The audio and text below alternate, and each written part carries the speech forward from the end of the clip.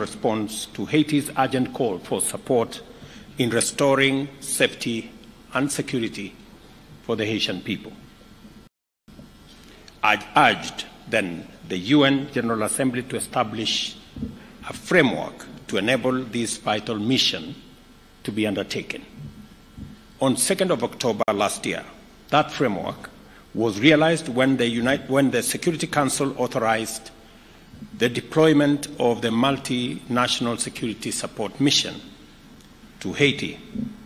Kenya immediately answered this call.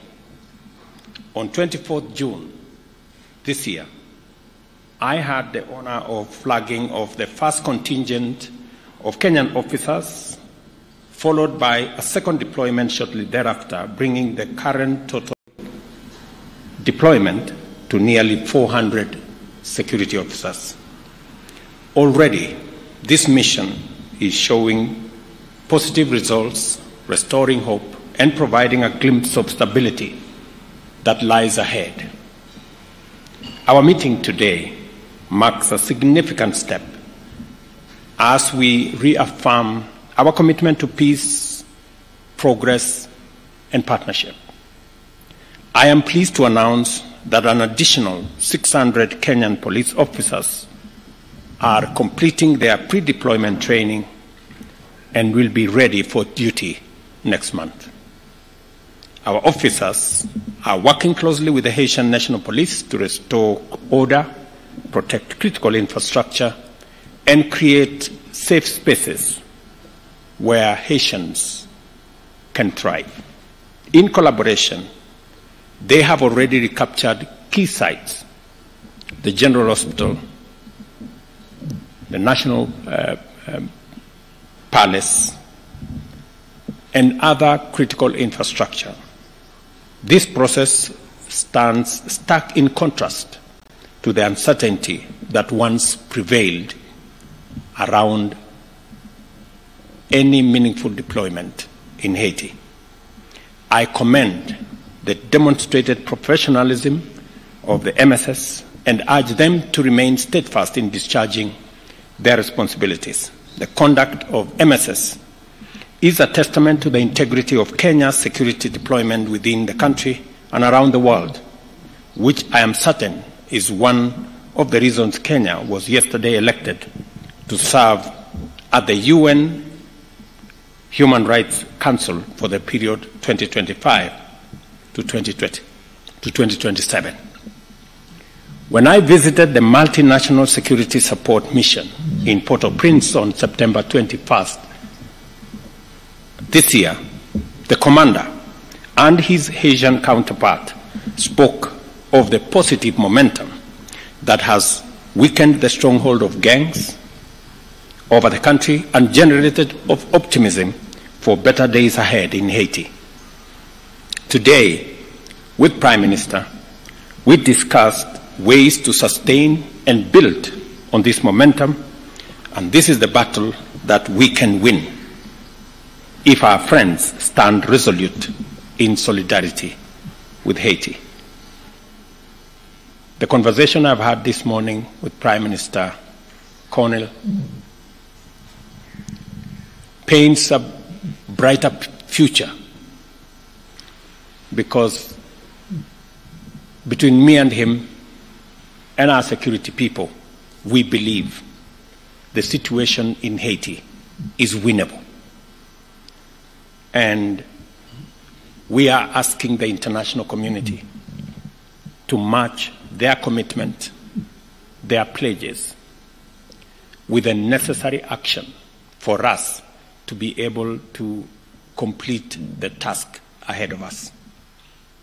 Kenya and Haiti, therefore, stand united in calling on the international community to urgently rally behind this mission. And the operation word here is urgently. We have a window of success that is evident from the operations that have been carried out already. And without wasting time, when resources are made available, there will be demonstrable progress on securing critical infrastructure, critical spaces for people to return to their homes. I must congratulate the President of El Salvador, who a few days ago signed into this program and is providing critical support. I will be speaking to him later for us to build a bigger collaboration with Bahamas, CARICOM, Canada, and of course the US in driving this multinational security support mission towards the intended mission that we all set out to achieve. The adoption by the UN Security Council of Resolution 2751 on 30th September 2024, extending the term of the multinational security support mission by another 1 year, signals strong global support. But however, words and pledges must be merged by concrete action. We therefore strongly implore our global partners to accelerate their contribution to the personnel, logistics, and financial resources necessary to sustain, expand, and complete this mission. Beyond security, we have also identified areas for collaboration in trade, tourism, cultural exchange, and to achieve lasting change, we must invest in economic growth and social connectivity. This is why Prime Minister Cornell and I discussed concrete steps to enhance trade and boost investment between our two nations.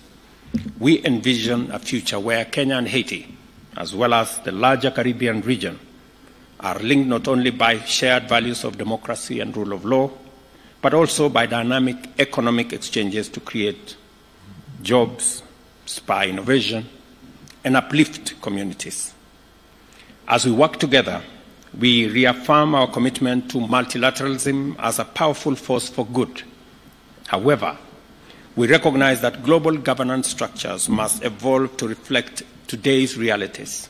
Our shared challenges, from climate change to food security, demand institutions that are resilient, responsive, and equitable. Kenya and Haiti believe in the need for reform that realigns our institutions to serve the needs of all nations, ensuring a more just and sustainable world. In this spirit, we also champion the strengthening of ties between the African Union and the Caribbean community, regarded as the sixth region of Africa. By forging these alliances, we seek to enhance South-South cooperation and build a more interconnected, prosperous, and resilient global community. In closing, Mr. Prime Minister, I extend my gratitude to you for your visit and for the spirit of collaboration that has characterized our discussions today. Haiti is a great inspiration to Africa. You became the first black republic in 1st January 1804. That's just more than 210 years ago. And because you inspired many countries with your own struggle for independence, believe in the rule of law, believe in freedom and democracy, many African countries followed in Haiti's footsteps. And today we have a free Africa that has the potential to work with Haiti, even in this mission. There are many African countries, Your Excellency, who are ready and willing to participate in this mission because of the shared history of rule of law, freedom, and democracy that we all share.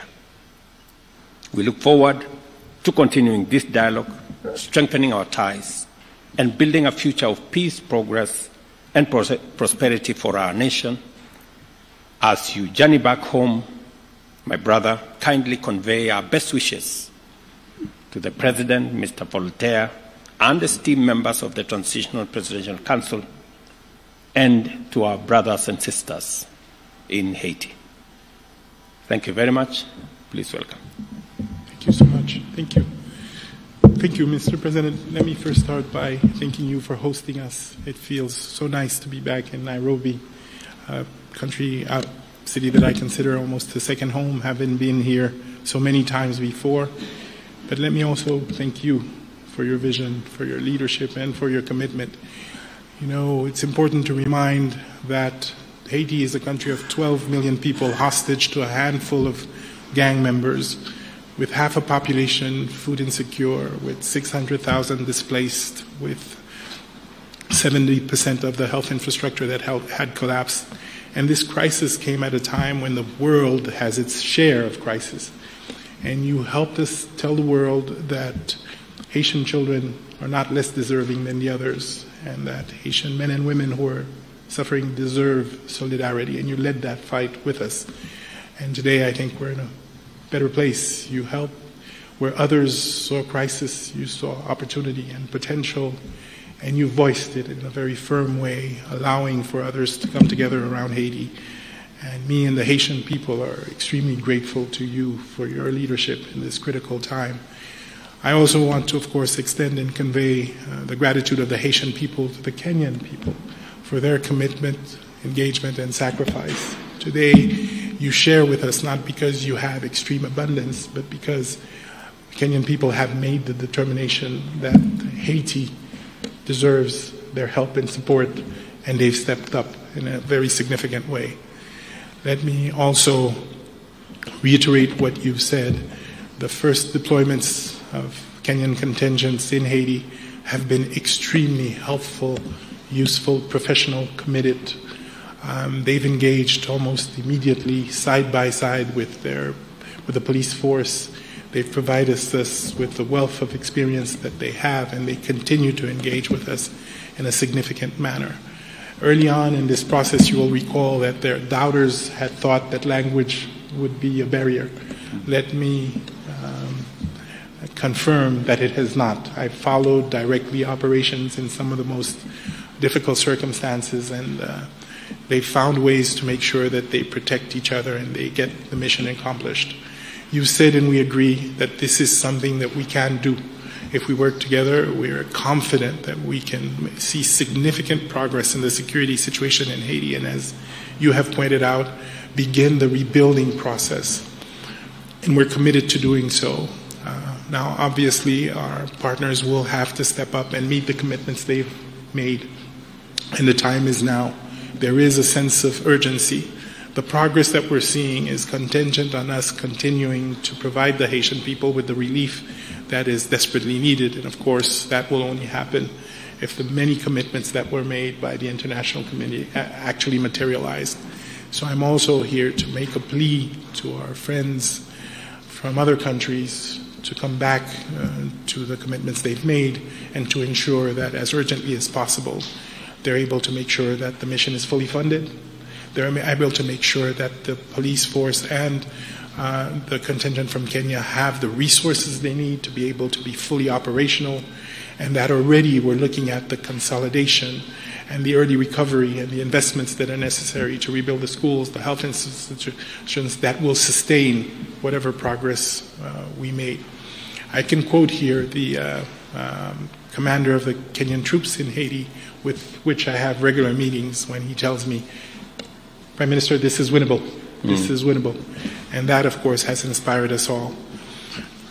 In the next few days and weeks, we will continue to build on this progress. We've established an electoral council that will be installed.